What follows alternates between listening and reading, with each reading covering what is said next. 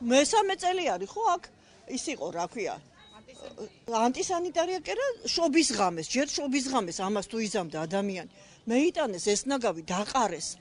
იყო რა ამბავი ესენით აუღწერელი იყო მე შპრიცები ტუბდისპანსერის ჯერეთი ტუბდისპანსერიდან მოტანილ ნაგავს თუ მეიტანდა ადამიანი და დაყრიდა აქ გამეიყვანება ბავშვი და რაფერი მოსასუნთქი არის აგერ ხაერი მითხარი განცხადებას დავწერეთ გავაგზავნეთ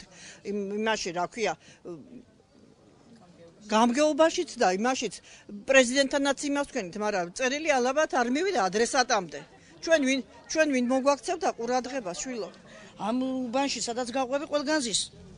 ვისაც იქეთ არ უღირდა წასვლა თუ ვინც არ მიიღეს თუ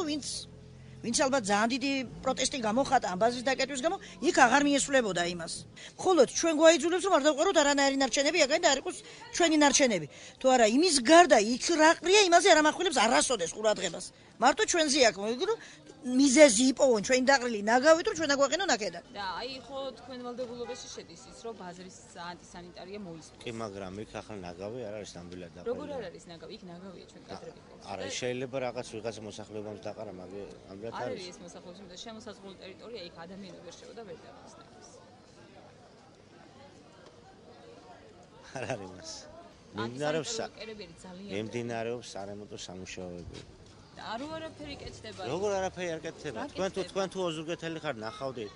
700 კვადრატულზე გზა დაიგო მარტო და გზა არის მარტო სარემონტო სამუშაოები კიდევ სხვა სამუშაოების მიმდინარეობს ვერ ხედავ